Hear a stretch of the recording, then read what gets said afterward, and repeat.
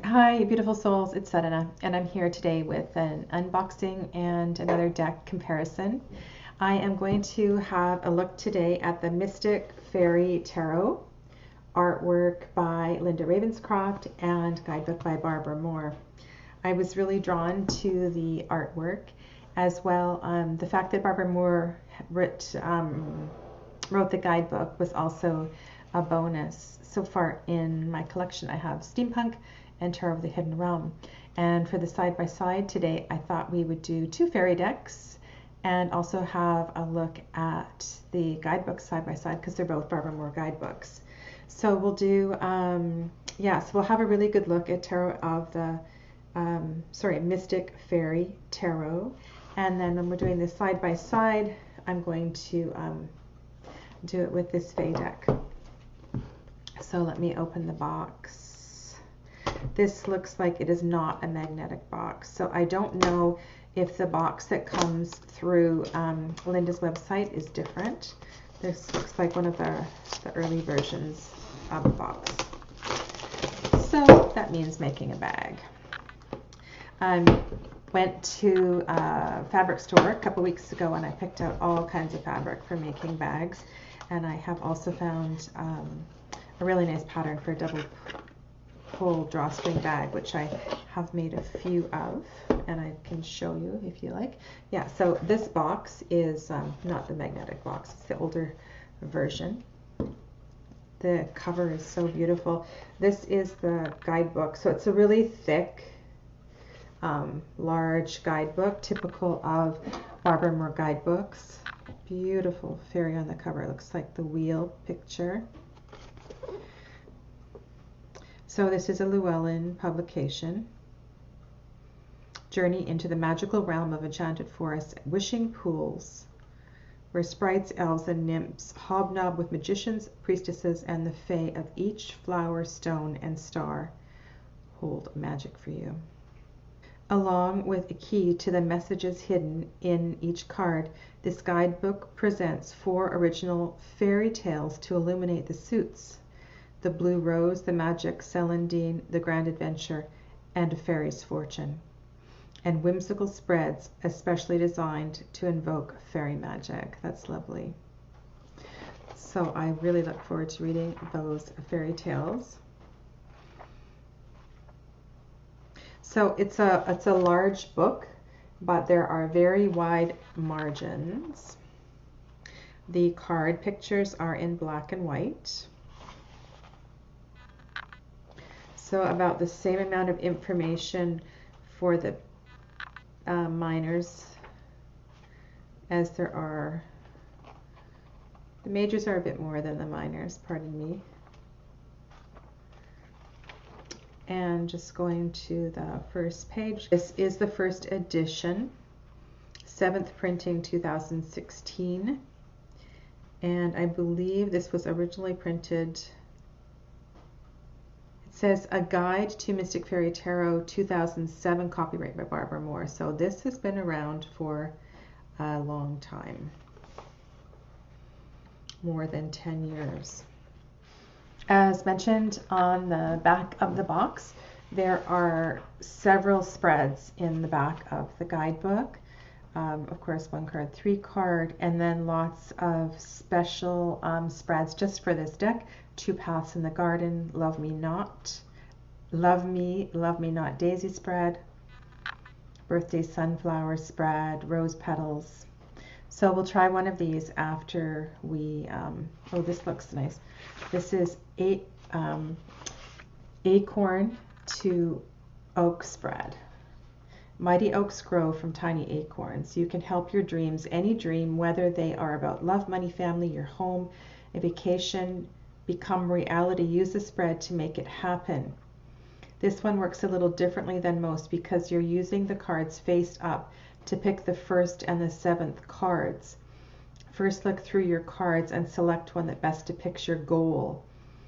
So that's really nice. It's like picking a significator card, and I've actually been working with that quite a lot, kind of inspired by 9-card Lenormand readings where you choose a topic card and then you pull 4 cards on either side of the topic card. I've been doing that with tarot recently and finding it works really, really well. And it's kind of forcing me to really put topics and themes with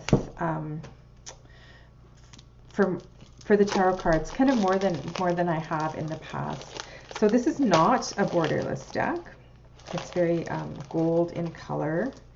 Ooh, for a second I thought it was edged. It's not edged. These are the beautiful backs. So it's a typical Llewellyn size deck, typical tarot size deck.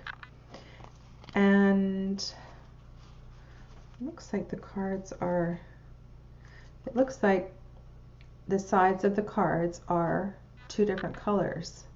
And I'm not sure why. I'm just going to split that. But it looks like they might have come from two different printings and then gone into the box, which is weird. So as far as card stock quality goes, it's okay. It's not the worst, and it's not the best. So this is a very gold looking deck.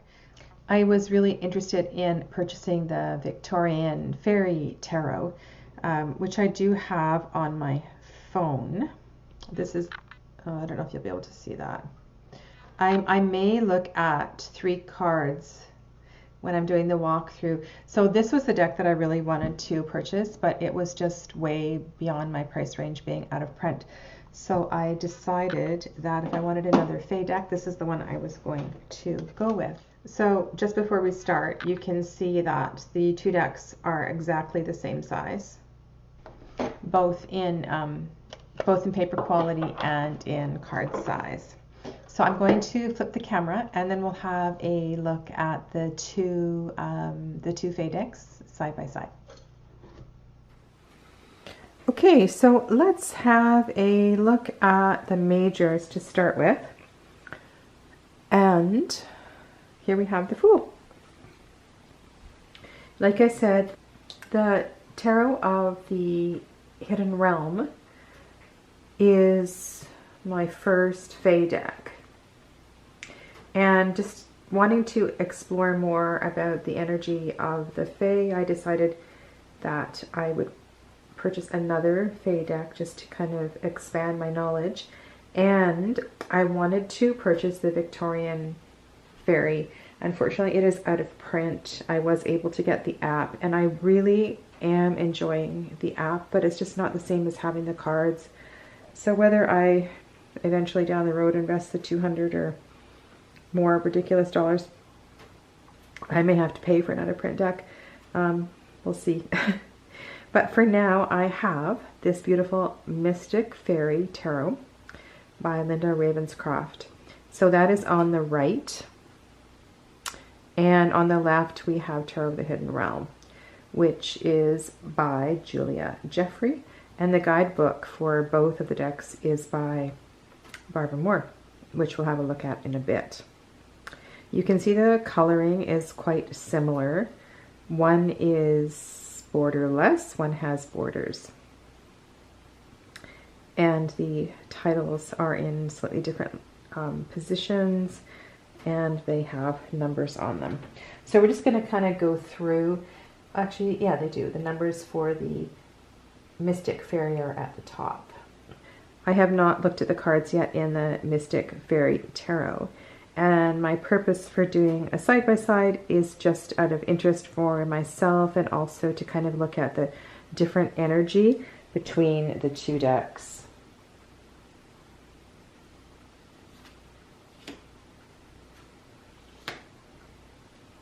Interesting that we have actual cards in a fairy deck.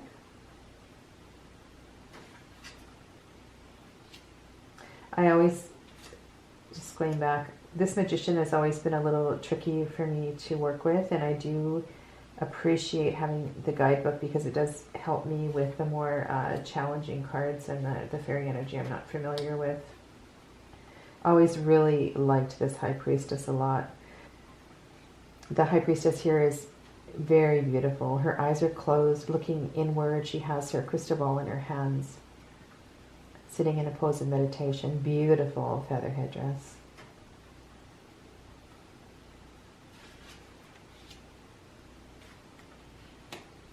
And the Empress. Very similar colorings. The orange stands out for me in both of these. She appears to be pregnant in the Mystic Faerie Tarot.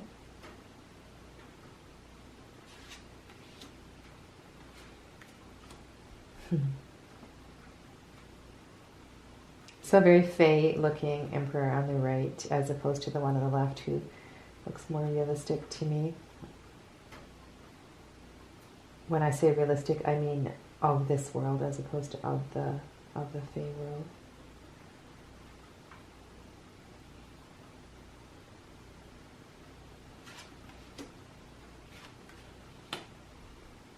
And here we have the Hierophant and the Priest. If I go back to the Priestess, you can see that we have the male and female represented here. Same kind of energy.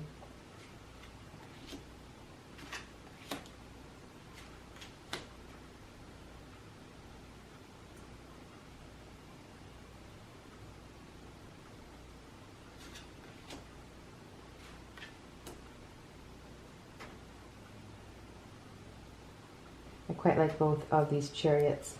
Love that the fairy here is driving two griffins.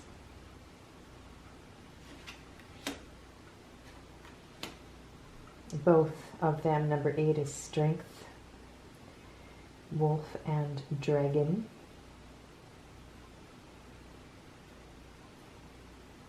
I don't believe there's any dragon energy in Tarot of the Hidden Realm.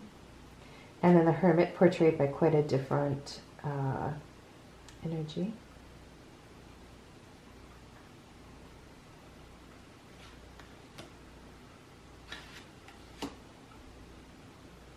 Wheel of Fortune. So this was the cover on the guidebook, as I mentioned.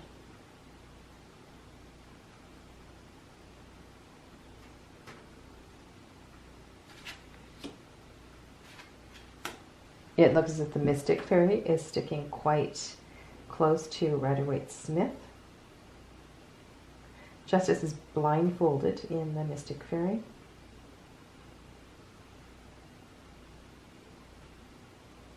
And she has her knees curled up around her. The Hanged Man. And I'll turn them upside down so you can see their expressions.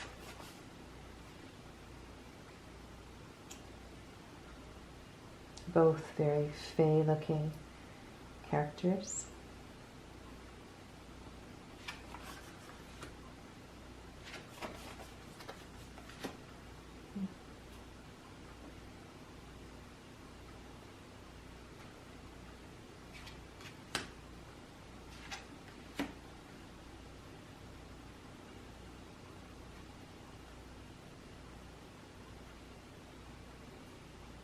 Nice that we can see the wings of the fairy. The kind of unusual that we're looking at a side view for a Temperance card.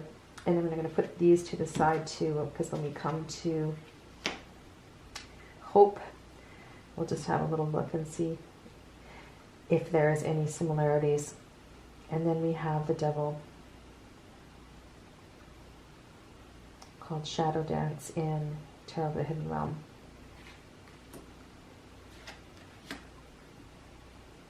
The Tower and the Blasted Beach.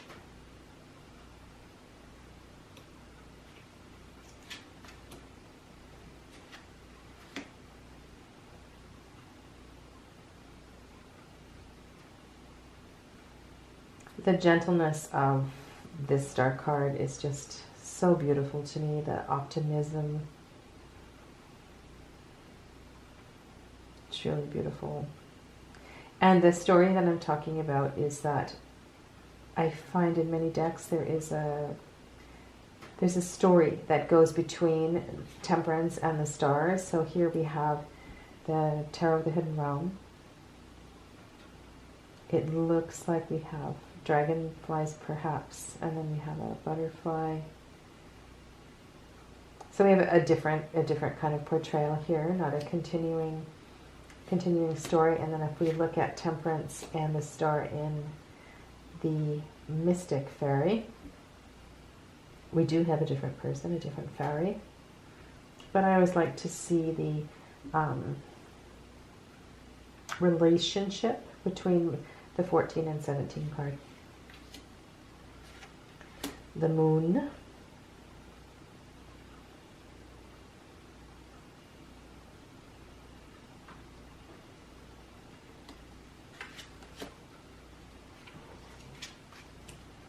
The Sun. Quite like both of those. And Judgment, or Life Renewed.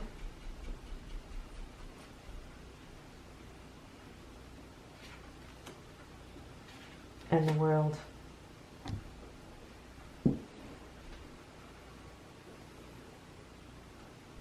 So those are the majors.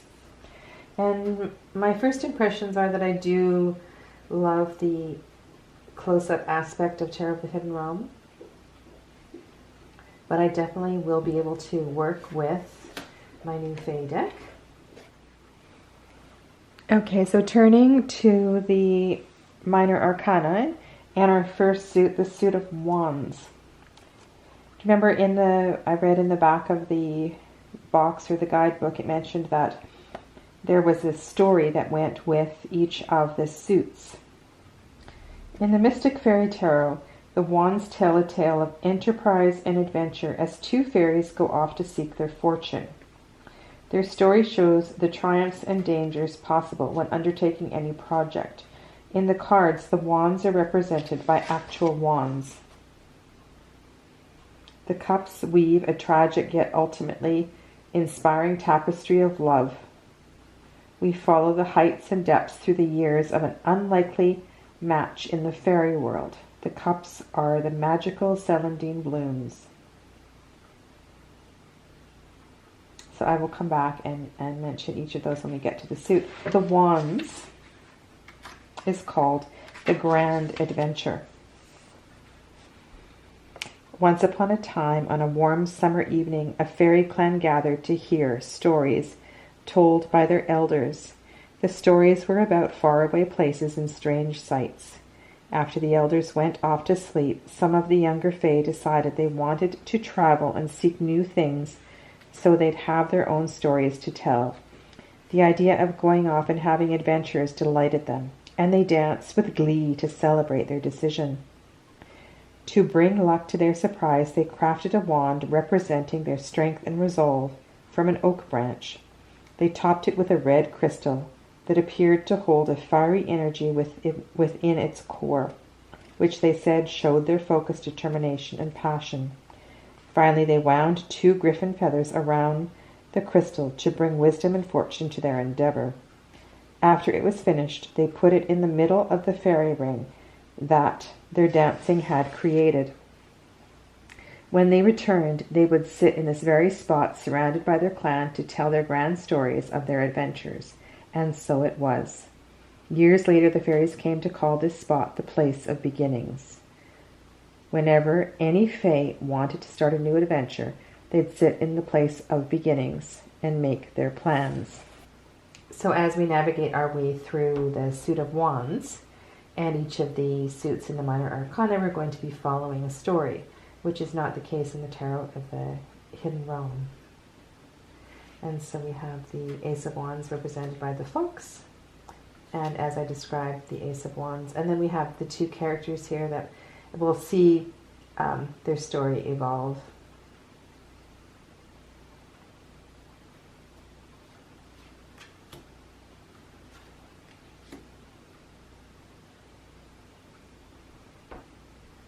And I think what I am going to do is I'm going to carry on with this deck comparison, and then I will make a separate video for each of the minors and share the tale. 4,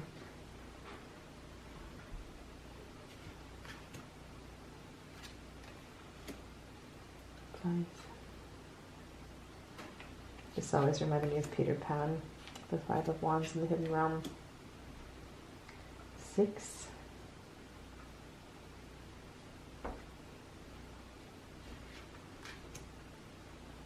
So there's definitely more of an innocent component to the Mystic Fairy Tarot. There's definitely a sense of seductiveness, you know, and maturity to the hidden realm. 8, 9.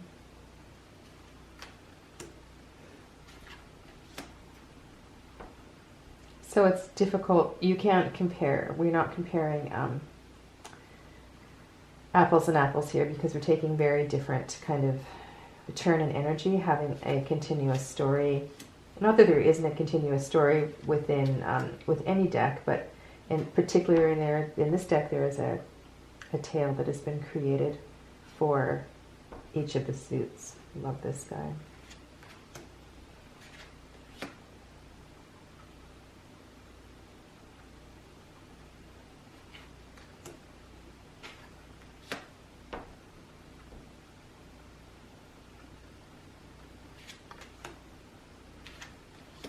So if the up closeness of tarot of the hidden realm is not something that has worked for you, you might really appreciate having a little more space and a little more distance with this suit, with this deck.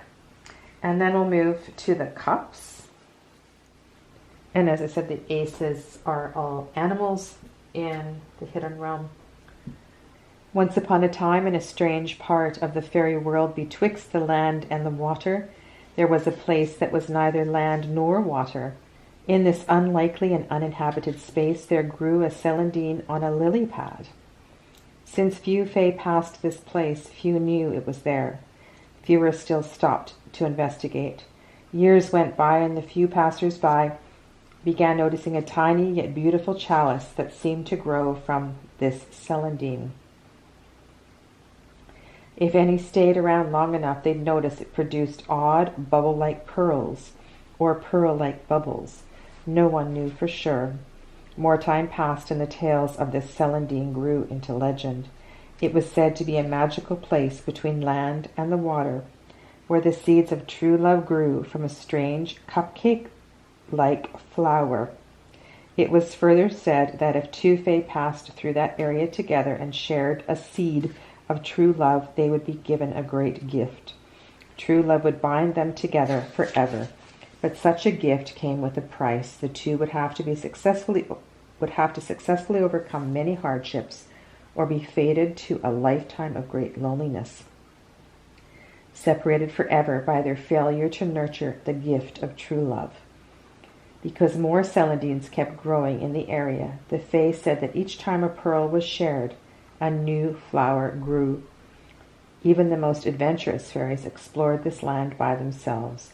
While the promise of true love was bewitching, the consequence of being found unworthy was one they were not willing to risk.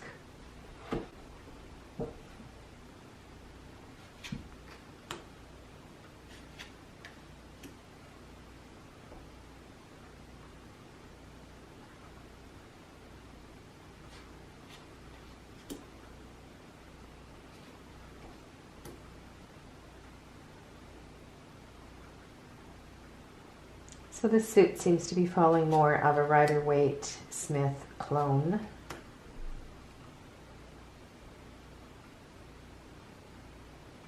We have the character of the mer person in each of the cards, it looks like.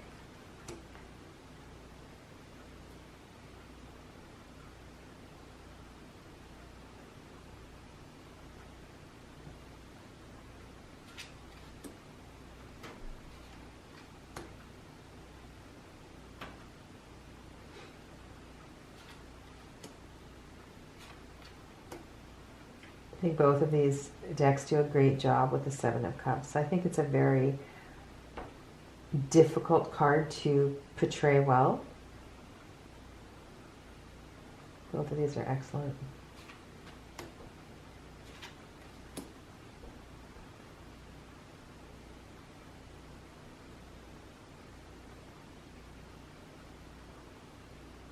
And then again, I feel that working with this deck, you're really going to have to get to know the fairy tales well, the fairy tale well, to understand the story. And then coming back together here. This really does look like the Holy Grail. And the Nine of Cups in the Hidden Realm. And then we have the 10. I do appreciate the range of ages and experience in the Tarot of the Hidden Realm.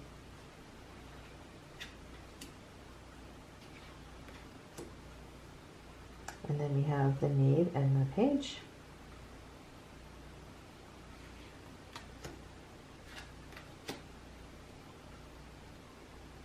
We have a female knight here.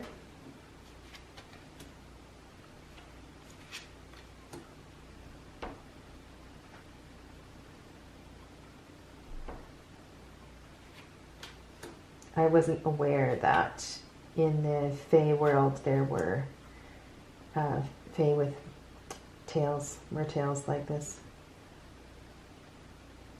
I'll have to do my research. And then we have the King of Cups.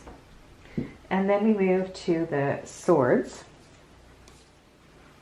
Once upon a time, so long ago that even the long-lived fairies don't remember, there grew a single blue rose.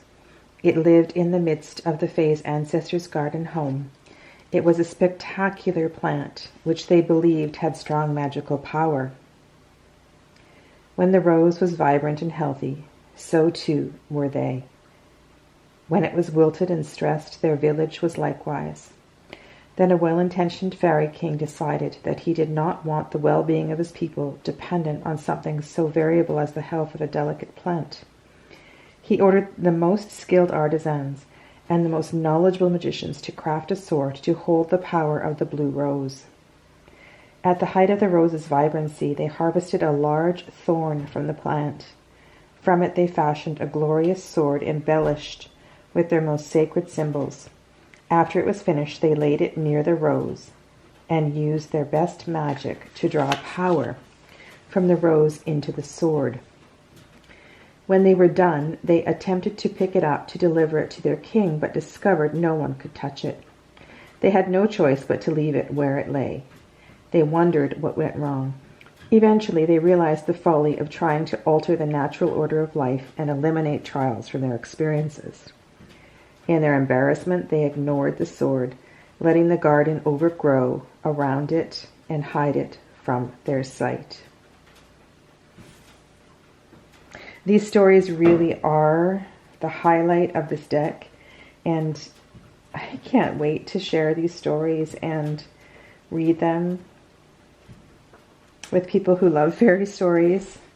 This is going to be very potent, and this also could be a beautiful tool for sharing the tarot with children. So if you were interested in teaching tarot to the children, what a beautiful way to introduce the minors to young ones. Okay, so let's carry on. 2.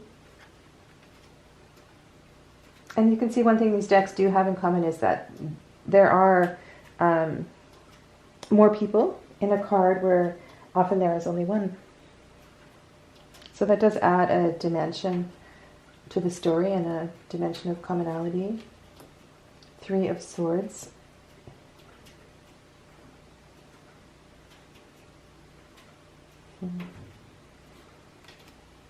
4.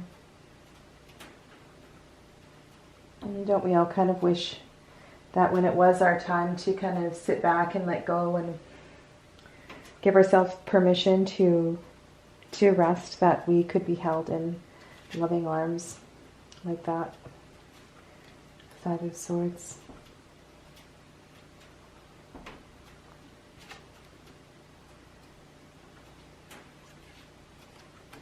And the 6.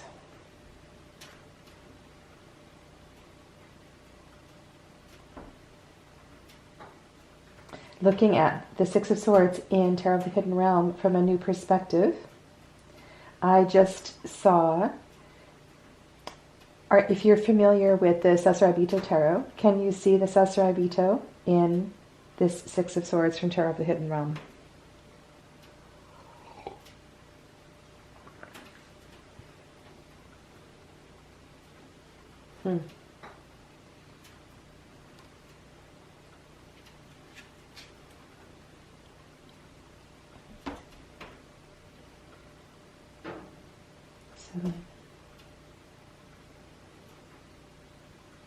There's a great deal of hope in both of these Seven of Swords.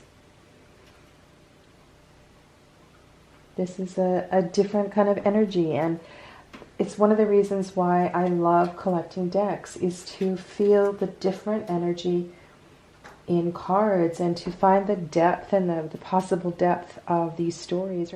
Remember, we are all connected through universal consciousness, and our layers are so interwoven and layered, and so much has happened in time, so much has happened in all directions of time.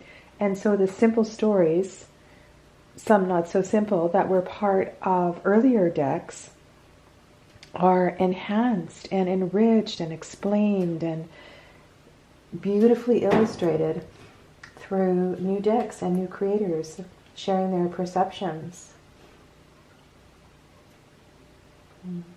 9. There's definitely a rose. Oh, well, obviously there's a rose theme in this suit. And then the 10 of Swords.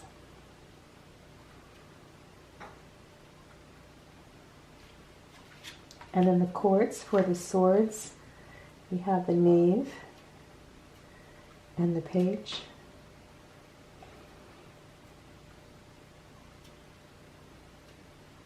And very playful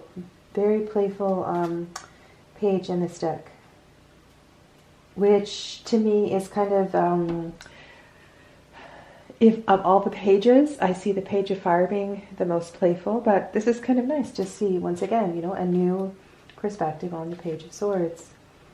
The Knight of Swords. Gorgeous headdress.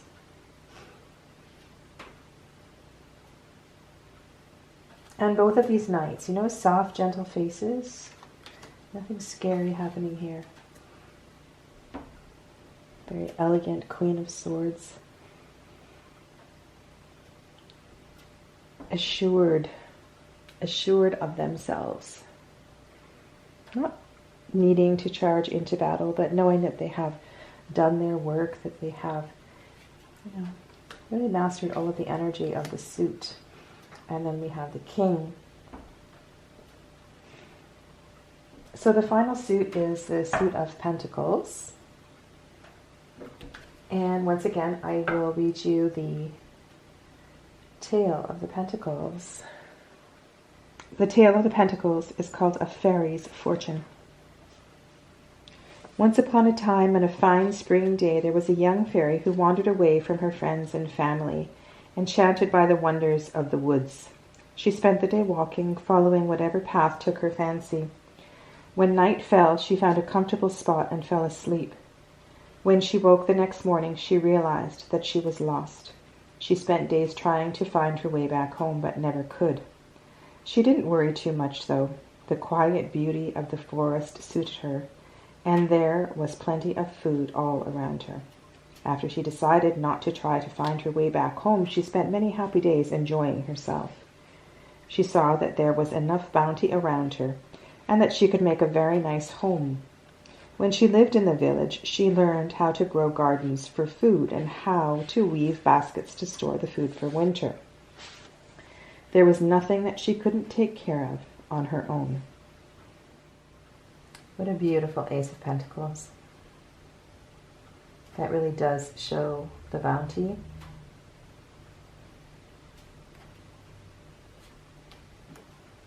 Two.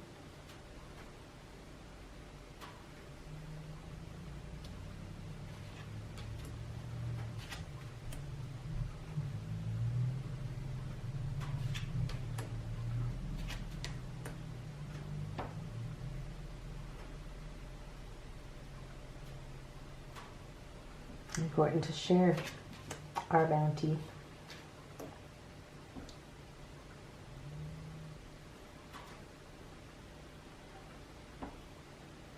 Perhaps she's been in the forest too long and it's time to go back. Six of Pentacles.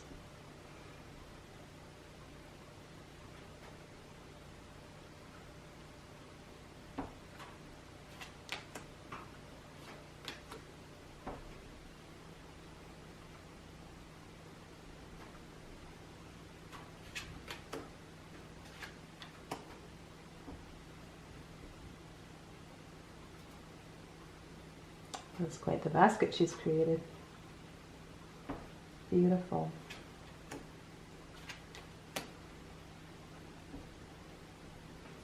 And sheer contentment. That's one of the things I really like about the Nine of Pentacles, is when there is that kind of inner knowing of, understanding of what contentment feels like. And the mice have grown fat. Beautiful.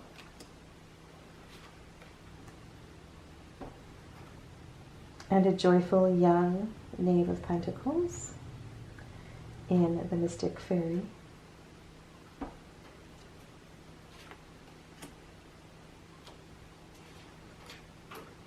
The Knight. Both of these knights quite serious and contemplative.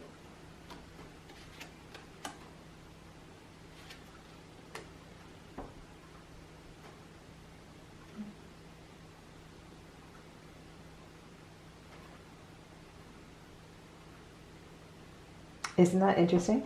It almost looks like the same queen. The same Queen of Pentacles.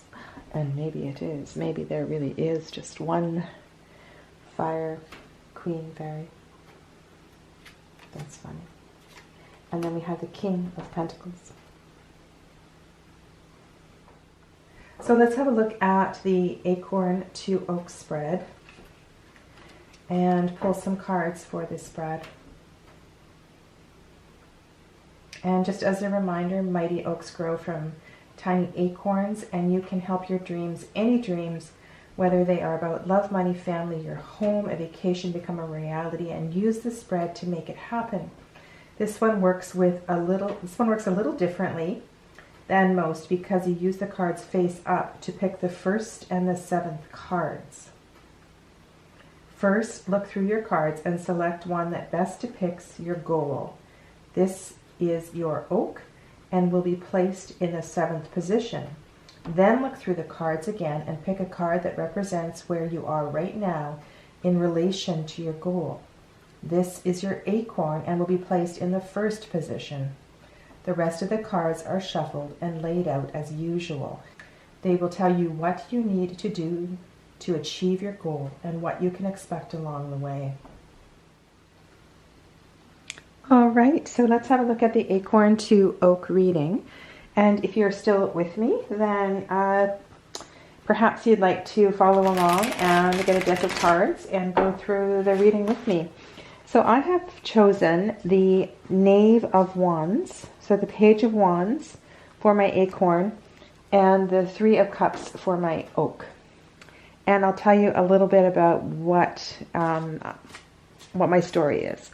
So I am working on developing a workshop in forgiveness. I have done some readings lately with quite a few women who are at a place where they are ready to make some big changes in their life, and all of them are in need of some guidance through forgiveness practices. It's not something that they're able to do on their own, so I'm developing a workshop with this in mind. I really feel I have the tools. I have already written a chapter for a book on forgiveness practices, but there's still some things that I need to figure out how to fan the flame and to get these women motivated to attend a workshop so that they can actually do the work, and to also be brave enough so that they understand that working in community, working in sisterhood will help them through their through the process, through the journey of letting go. So that's why I've chosen the Knave of Wands kind of as myself, as the person who's going to light the fire, so that these women will be able to eventually be much more happy sitting in sisterhood. So I chose the Three of Cups as just kind of to represent, wouldn't it be wonderful if they could be in sisterhood and be happy and joyful and celebrating that they were able to come through, to go through this process. So my question is, in developing these workshops, what are some important things that I need to remember? Some sensitivities perhaps in guiding, in writing my, or finalizing my manual to go with the weekend retreat. What are some practices that will be important along the way? Is a 2-day retreat enough? Is a weekend retreat enough, or do I need to expand that? So just some, yeah, those are my kinds of questions.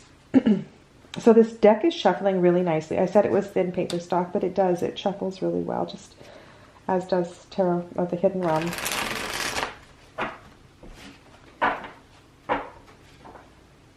Okay. So I'm going to lay down the rest of the cards. So the 2 goes here, and then 3, 4, 5, 6, and these are kind of tight on my camera, so I will pick them up if need to be to show you. And then 7 we've already placed, and 8, and 9. Okay. So quite a, oh, and I didn't show you this card. I actually received 2. This is the card, the extra card that came with the deck. I don't know if it's come into focus. It says, Faerie is clever, Faerie's bright. From garden, wood, and pond, guide my thoughts, guide my sight. Please help me find the answers on a path that's true and right. This is a fairy greeting. All right, so let's turn these over and have a look, and I'll tell you what they are as I turn them over. We have the Priest, the Hanged Fae, the 9 of Cups, the 7 of Wands, the Ace of Wands, the King of Swords, and the Hermit. So we have quite a couple of cards of deep reflection here. We have the King of the Hermit and the Hanged Fae. What also jumps out right now is that final surgeon's needed to make this thing happen, the Ace of Wands. So I'm going to have to definitely light a fire to get this going. The King of Swords reminds me that I'm going to be very being articulate, being maybe approaching this from a less than emotional way, being quite matter of fact about the work that needs to be done. I'm not sure what position this is in yet, but that's something that strikes me as needing to be really important.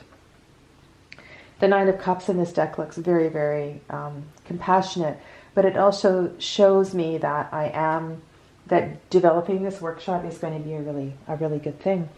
So I'm going to share with you the questions. So this is the number 2 card. And I drew the Priest. And it is my soil, what resources you need to get started. So I have the teachings. I have the experience. I am a teacher. And so it makes sense that I would draw this card. One of my natural gifts is in the role of teacher. I'm very comfortable as teacher. And my all of my witchy, what should I say? My witchy experiences too, right? All of my shamanic and, I'm a teacher in many different disciplines. So that makes sense that would be my soil, my foundation. Number 3 is just above the Acorn, and that is the Hanged Fae. Number 3 is called Sunshine, what you need to know to help it grow. So this to me means that I will need to pause. I will need to have a look at this from different directions, see if I can be a little more creative in presenting the content so that it will appear to be exactly what the potential clientele need. And then going over here to 4, I have the 9 of Cups. The 9 of Cups is water. What you need to do to nurture it along. And look at this beautiful embrace in the 9 of Cups. And also I can see that this is important because I will need to reassure the people that I have in mind for this workshop. I will need to reassure them and know that the potential for happiness and joy and forgiveness and all of that lies within, and that also that their happiness, their contentment is not very far away. And I feel once they make the commitment, once they sign up, and once we get this workshop underway, it will have a momentum of itself because it is something that is so needed. The 5 is the 7 of Wands. So this is, if there is a negative card, this is it. The 7 of Wands is the knot. What unexpected delay you can plan and maybe circumvent. So that makes sense that there would be a negative card here. And I'm going to actually go back, not just read this intuitively, but I'm going to go back to the tale, the story. And here we have a card. We have the dragon, and we have the 2 fae on either side of the dragon. And yeah, I'm going to go and look at what it says in the book for the 7 of Wands. This was the first suit that was... And this was called the Grand Adventure. It may be important too to read the whole Grand Adventure to get the flavor for the 7 of Wands. So this is my knot. The 2 friends who agreed to stick together through good and bad are facing very bad times indeed. The dragon is growing at an incredibly fast rate, and although they originally agreed to leave the dragon behind, so let's look at the dragon metaphorically. One friend cannot bring himself to do so. He thinks they can raise it and tame it, controlling it for their own purposes. The other friend doesn't think that a dragon can be tamed, and that it will be nothing but trouble and should be released to live as dragons live, and not to be brought into the lives of their family and friends. They argue heatedly, and there is no sign of any middle ground. The partnership is threatened. So metaphorically, what is your dragon? What is my dragon? What is it that I'm dragging along that doesn't need to be part of this project? And what is it that I need to let go of so that the project can flourish? Remembering the dragon is the element of fire, the wands are the suit of fire. Something needs to be let go. There's some peace. And this perhaps will reveal itself over time, but it will be something that I need to be conscious of as I work through this project. The message in the guidebook says, there is a difference of opinion and no sense of compromise. You want something that your partner does not. Neither of you see the other's point of view. Unless one of you backs down, the only resolution is to end the partnership and break your agreement with each other. Sometimes this happens. Make sure what you want is worth the cost. If it is, then stand up for yourself no matter how difficult. If not, then swallow your pride and give in or find a compromise. So what comes to mind right away is that this is a very difficult workshop. It's a very difficult thing for people to step into, especially if they're not comfortable with the notion of forgiveness and still attach the idea that forgiving someone is indeed condoning their actions. And it may be that I have a bit of a fight, maybe a bit of individual work to do with each of the potential participants so that they feel more comfortable in engaging in this kind of a practice. But I will definitely keep that knot in the front of my mind. So let's just go back and have a look at what these cards were. So my acorn was the page. My soil is the priest. The sunshine is the hanged fae. The water that I need to nurture is the 9 of cups. The knot is the 7 of wands. The trunk. What will help you be strong is the Ace of Wands, which I spoke to just a second ago. Number 7 is my oak, which is the 3 of cups, and I told you why I chose that. Number 8 is the branches, and number 9 is the leaves. So number 8 is the King of Swords. Number 8 is the King of Swords. Number 9 is the Hermit. The branches benefits of your oak. So my oak being here, benefits of my oak. This is very interesting because I told you I've written a chapter for a potential book that's coming out, a collaborative book on forgiveness. So there may be more benefits than I realized to expanding and doing the workshop, and having the workshop being an extension of my chapter in the book. And number 9 is the leaves, unexpected gifts from your oak. And that is the Hermit. So let's look at this as retreat. Maybe this is going to be more than a 2-day workshop, or maybe this is going to be an annual workshop. If this is a gift and the Hermit represents going within and really doing the work, then yeah, that's really beautiful. So this is the Acorn to Oak spread from the Mystic Faerie Tarot by Barbara Moore. And what a beautiful spread. So thank you all for joining me today and walking through this beautiful deck. If you're still with me and you've been following along for this spread, I hope you enjoyed it and you're able to find a deck if you don't have this deck. And I think this spread would work well with any kind of earth-based deck. The one we did the side-by-side with, or yeah, you could even bring in some oracle cards to kind of fill in the branches here. So wouldn't the spread look nice if you brought in oracle cards to kind of to fill in the tree? So there we are. Blessings to all of you. Stay well. Namaste. I'll see you soon.